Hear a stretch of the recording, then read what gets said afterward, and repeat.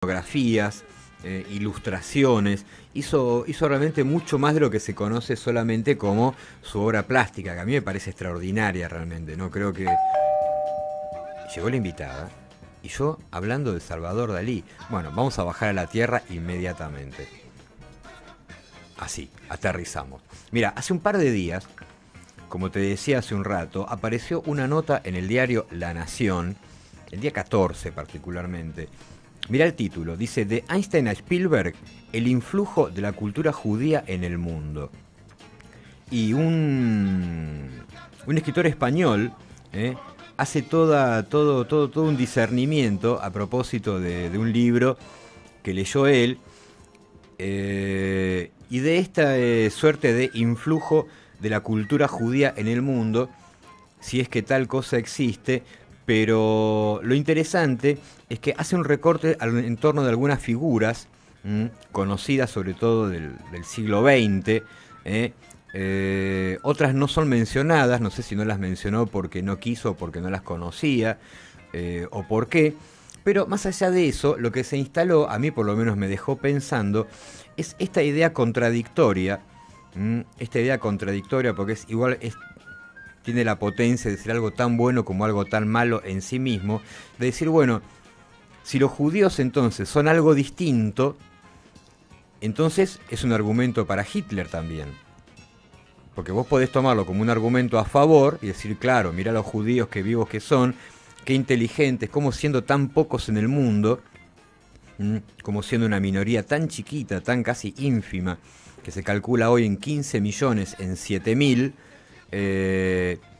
es un argumento que instala esta clase de diferenciación o de clasificación de las personas que me parece que tiene justamente un doble filo, porque sirve para a favor o sirve para en contra. Bueno, en medio de este devaneo, en medio de estas cavilaciones, dijimos, bueno, vamos a hablar con alguien que sepa de esto. Porque si vamos a hablar nosotros solos no sirve. Vamos a hablar con alguien que nos pueda iluminar. Y entonces recurrimos a una mujer. Mira, te voy a leer básicamente lo que ella dice de ella misma. Dice: nací en Buenos Aires, Argentina. Soy filósofa, escritora, docente y doctora en filosofía. Dice muchas más cosas. Dice, por ejemplo, que en un momento dado ingresé al Instituto de Formación de Adultos del Seminario Rabínico Latinoamericano, donde terminé desempeñándome como docente. Y dice, esta formación a dos bandas, filosofía y judaísmo, me permitió abordar ambos terrenos de su relación mutua, generalmente no visible. Y continúa con la descripción, pero sirve para hacernos una idea claramente de quién es. Es autora de varios libros: Filosofía de Cámara, Genealogía del Odio, en fin, la diferencia. Yo tengo entendido que es además especialista en Spinoza. Bueno, vamos a hablar con ella. Se llama Diana Sperling. La buscamos, la encontramos, la llamamos y nos atendió. A ver si está ahí. Hola Diana, buenas tardes. Diego Uberman te saluda. Hola Diego, ¿cómo estás? Bien, bien, muy bien. Y agradecido de que te hayas hecho este ratito para charlar este tema. Un placer. Igual empezamos medio complicado porque vos suponés que yo sé algo que va a servir para aclarar las cosas o para instruir. Bueno, creo que no, pero podemos charlar de todas maneras. Perfecto, bueno, es muy borgiano eso, ¿no? La duda es la jactancia de los intelectuales. Está bien que no te pares en ese lugar del saber. Sos filósofa y Así es, diplomática. así es. Tal Bueno, cual. el tema del artículo, ¿no? Ya el título en sí mismo, ¿no? De Einstein a Spielberg, el influjo de la cultura judía en el mundo. Eh, yo no sé si en realidad habla del influjo de la cultura judía o hace un rescate de una serie casi estadístico. Dice, bueno, si de tantos cuantos son judíos, entonces los judíos son bárbaros. Y yo digo, este argumento le hubiera servido a Hitler también. En efecto, porque tiene un costado esencialista, sustancialista, suponer que hay algo así como una esencia judía, una sustancia judía, y eso desparrama hacia el mundo para bien o para mal. Es lo que se ha llamado el judaísmo apologético.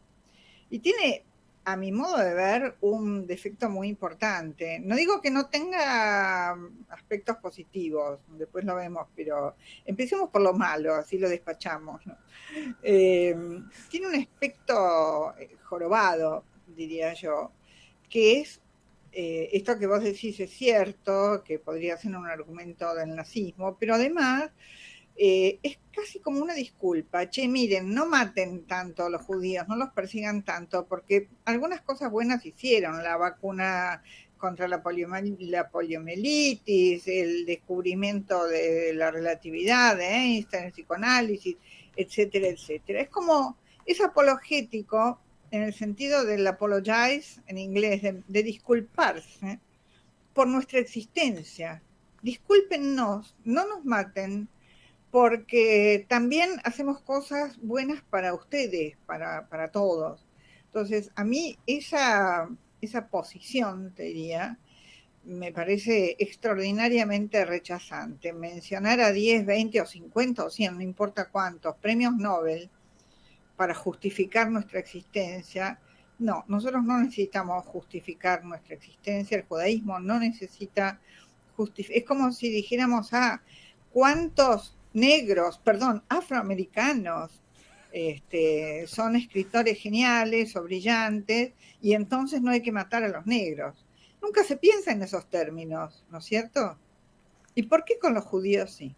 Bueno, yo creo que esa última pregunta que vos introducís es el eje alrededor del cual gira un discurso, sobre todo en el judaísmo posterior al holocausto, ¿no? El judaísmo, vamos a llamarlo el judaísmo moderno, el Sí, judaísmo desde la existencia del Estado de Israel en adelante, que busca permanentemente una suerte de diferenciación positiva, claro. que a mí me da la sensación, y esto lo he conversado con algunas otras personas, yo soy un judío laico, absolutamente, diría muy laico, pero soy judío. Y decís, bueno, ¿qué necesidad hay? ¿No? ¿Cuál es la necesidad subjetiva, casi que es hasta psicoanalítica, Sí. de buscar permanentemente esta diferenciación? ¿No? ¿Por qué? Sí, a mí lo que más me embromó de la nota, te confieso, además de este costado apologético que hemos comentado recién, es un giro bastante tramposo, que es suponer o afirmar que a partir de la creación del Estado de Israel, esta influencia positiva, digamos, de los judíos en la cultura y en el mundo, se apagó. O sea que con Israel vino todo lo malo. Como si la diáspora se hubiera liquidado, se hubiera esfumado automáticamente por la creación del Estado de Israel. Incluso trampea la nota porque dice cosas falsas. Por ejemplo, la cita a la rabina francesa contemporánea Delphine Orvilliers, con quien yo tengo correspondencia, tengo relación, diciendo que es una sionista arrepentida. Eso es una barbaridad, eso es absolutamente falso. Es una sionista crítica con el Estado de Israel, extraordinariamente crítica, como debería ser todo sionista, como deberíamos ser los argentinos con respecto al Estado argentino, y etcétera. Pero justamente esa postura crítica, desde un amor incondicional al Estado de Israel, es todo lo contrario de lo que dice el autor de esta nota, que se basa en un par de autores, uno de ellos es Enzo Traverso, El fin de la modernidad judía, que no dice eso. Es una lectura extraordinariamente sesgada de Traverso. Entonces me parece que es una nota, como digo, tramposa, traicionera para pescar giles. Los que no están advertidos, no conocen del tema, no están actualizados y demás, pueden creer que verdaderamente el Estado de Israel, que hoy en día está extraordinariamente derechizado, es cierto, eso implica el fin del judaísmo y de la influencia positiva del judaísmo en el mundo. A mí me parece un horror esa postura. Sabemos que el antisionismo, que es lo que este autor está manifestando, es la forma contemporánea y políticamente correcta de antisemitismo. Claro, bueno, a mí me dio esa sensación, ¿no? De baño de modernidad sobre un discurso de mi amigo judío, ¿no? Porque Claro, claro, eh, por un lado dice, bueno, una cosa es tal y tal cosa le hicieron los judíos, sí, dándoles esa entidad, ¿no? Casi te diría racial, ¿no? sí, Hay los judíos capaces de hacer todo esto, que lo califica de bueno, porque pone sí. ejemplos brillantes, pero no, cuando en realidad lo que me parece que hubiera correspondido es decir que los que hicieron esto y esto son judíos. ¿Cómo puede haber sido? Son argentinos o son uruguayos. Me Sí, parece que esa inversión nos pone en el lugar de raza. tal Y cual. ahí se terminó la discusión. Aunque no mencione la palabra raza, porque se sabe que no existe tal cosa como Claro. razas humanas. Hoy en día la palabra raza tiene pésima prensa, como corresponde, especialmente a partir del nazismo. Pero me parece que además el punto central es esta oposición entre lo que podríamos llamar ese judaísmo moderno que vos mencionabas, eh, que fue bueno, fue positivo, una influencia bárbara, genial, contra la existencia del Estado de Israel. Como si la existencia del Estado de Israel de algún modo derribara o pusiera en cuestión esto otro. Entonces, ese es el punto que a mí me parece más problemático, y porque además no llega ni siquiera ya no digo a plantear, sino a rozar, eh, que efectivamente a partir del Estado de Israel, la relación entre Estado de Israel y diáspora se ha modificado, es barajar y dar de nuevo. Antes lo único que había era diáspora. Aparece el Estado de Israel, se instituye como Estado entre todos los demás, con una serie de condiciones, contradicciones, etcétera, etcétera, y eso implica que los judíos diaspóricos tenemos una referencia, digamos, en el Estado de Israel, pero de ninguna manera implica la necesidad de dejar de ser judíos diaspóricos. Yo me defino como una judía orgullosamente y asumidamente diaspórica. Yo creo que la diáspora, por seguir nombrándolo con un nombre tradicional, digamos, tiene sus propias reglas, su propio estatus, su propio modo de funcionamiento, y es extraordinariamente productiva y fructífera. De hecho, la mayoría de los pensadores judíos, científicos y demás con los que yo trabajo actualmente, muy pocos de ellos viven en Israel. Algunos sí, muchos de ellos son argentinos o franceses que fueron a Israel, que hicieron allá, y muchos no. O sea, no hay diferencia de estatus, no hay judío de primera y judío de segunda. Claro, ese judiómetro no existe. No existe. Existe para algunos que necesitan desesperadamente eso que decías vos, hacernos entrar en algún casillero. Mira, en mi libro Genealogía del Odio, de hace tantos años, una de las cosas que yo nombraba ahí y que sigo sosteniendo, porque muchas cosas uno va cambiando después de los años, pero eso lo sigo sosteniendo. Sigo sosteniendo que lo complicado del judío es que no tiene rasgos identitarios demasiado visibles. Vos decís, bueno, muy bien, yo soy un judío laico. Otro dice, yo soy un judío religioso. Otro dice, yo soy tradicionalista u observante. ¿Cuál es más judío? Ninguno. Somos todos igualmente judíos por lo afirmativo, por lo negativo, por las dudas, por lo conflictivo de la relación de cada judío con su judaísmo. Me parece que, a ver, como dice Emmanuel Levinas, la esencia del judaísmo es no poder definir nunca la esencia del judaísmo. Claro, bueno, eso yo te iba a decir acá, por ejemplo, un oyente, Elías, desde Oslo, hay gente que es, Qué viste, lindo. cada uno escucha la radio donde quiere, o sea, es como es esto. Maravilloso. Sí, ¿no? Dice, bueno, pero hay una tradición. Sí. eh, y eso yo creo que ese comentario de Elías nos enfrenta un poco a esto que planteabas vos recién, ¿no? Que es la gran pregunta. Finalmente, en el siglo XXI, ¿qué es ser un judío? Bien, bien. Es imposible de responder. yo creo que hay tantas respuestas como judíos. Como dijo alguna vez un sabio del Talmud, el judaísmo tiene muchísimas puertas de entrada, como la tienda de Abraham en el desierto, ¿no? A mí me parece que justamente lo que ha traído la modernidad y la posmodernidad es la legitimación de todas esas diferencias. Te pongo un ejemplo, porque está ahora en imprenta mi libro sobre Spinoza. Vos mencionabas antes que soy, no sé si especialista, soy una estudiosa de Spinoza. Sale ahora el libro, esperemos.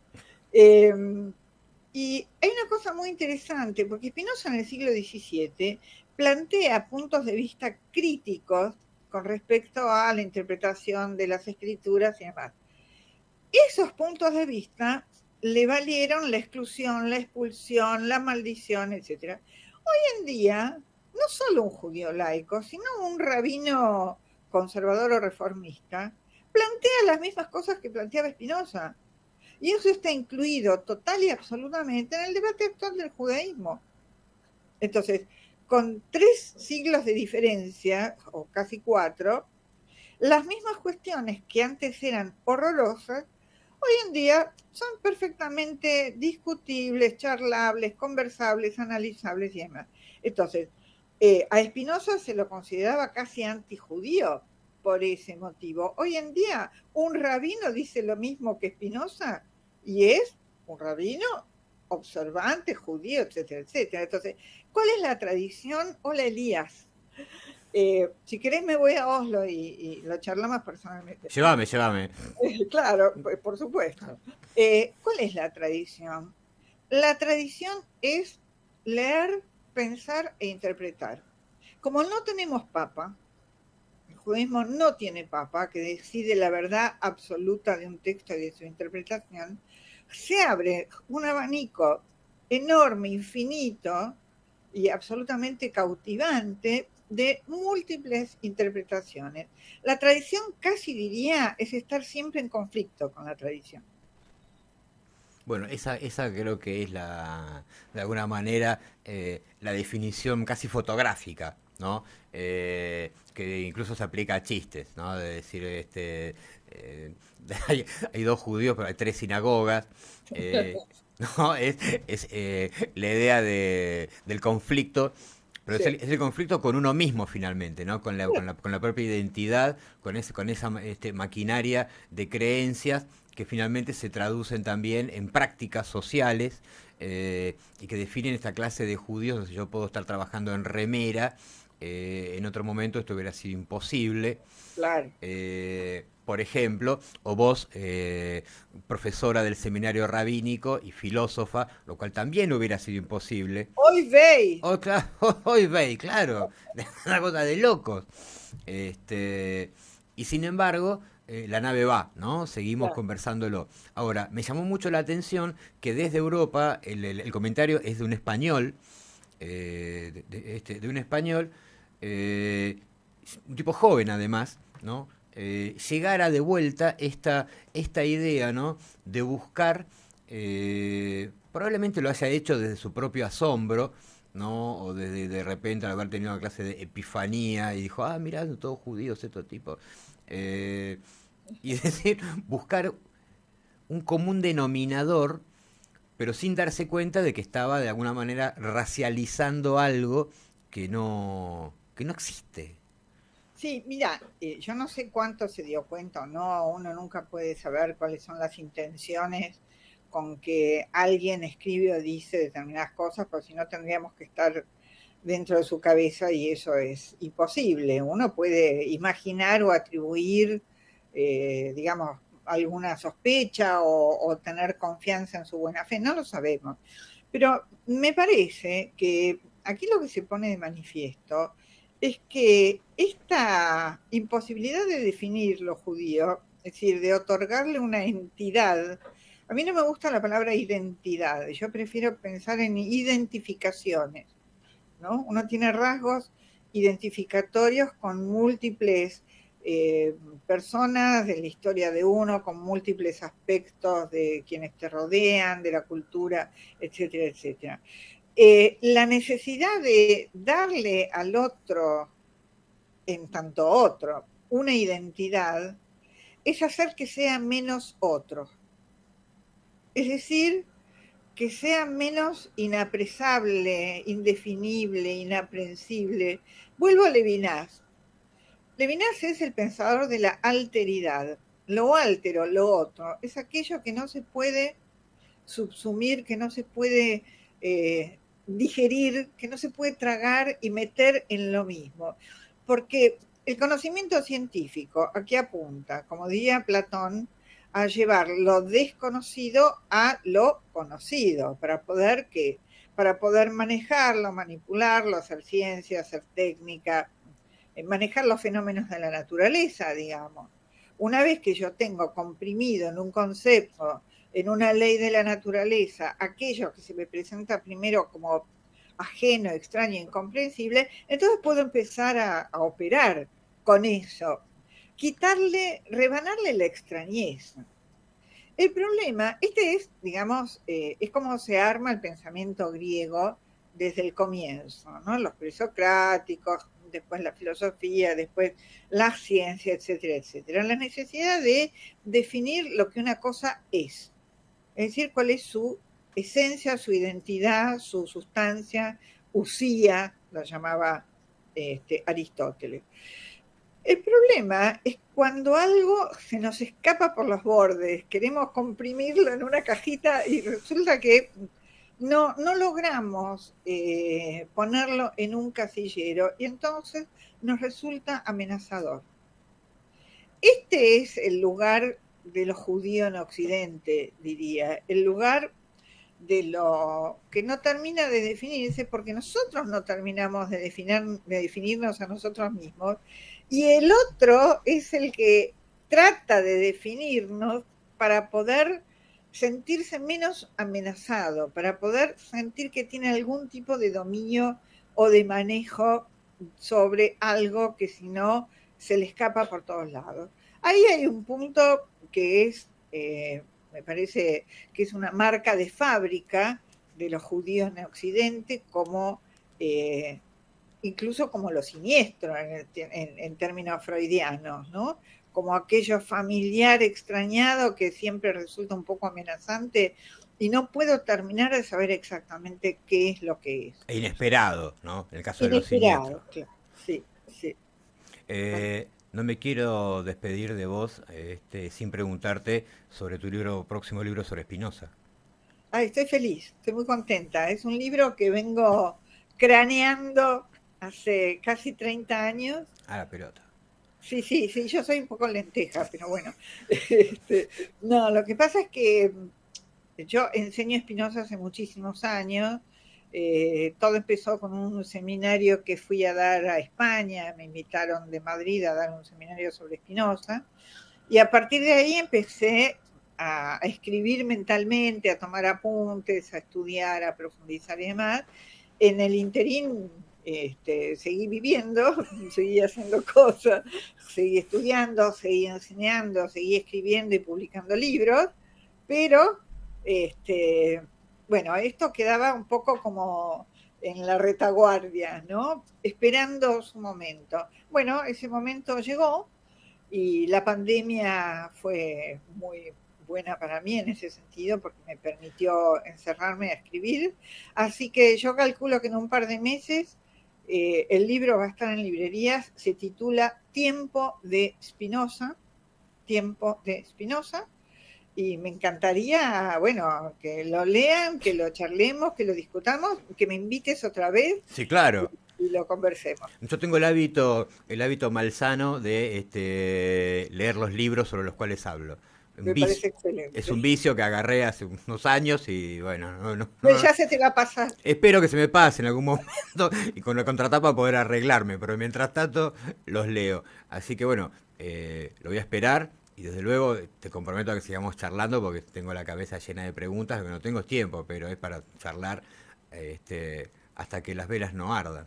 Así es. Gracias, Diana. Gracias a vos. Un cariño muy Saludos. grande, gracias.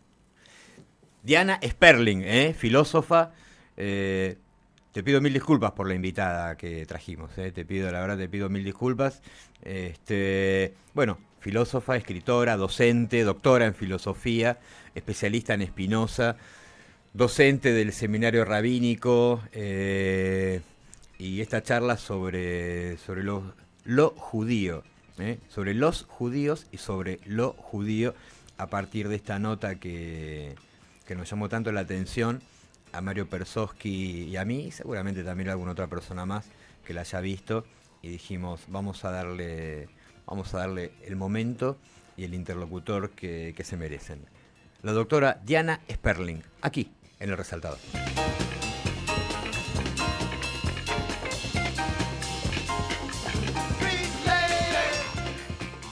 Transmite LRL 331 para su canal de frecuencia 242.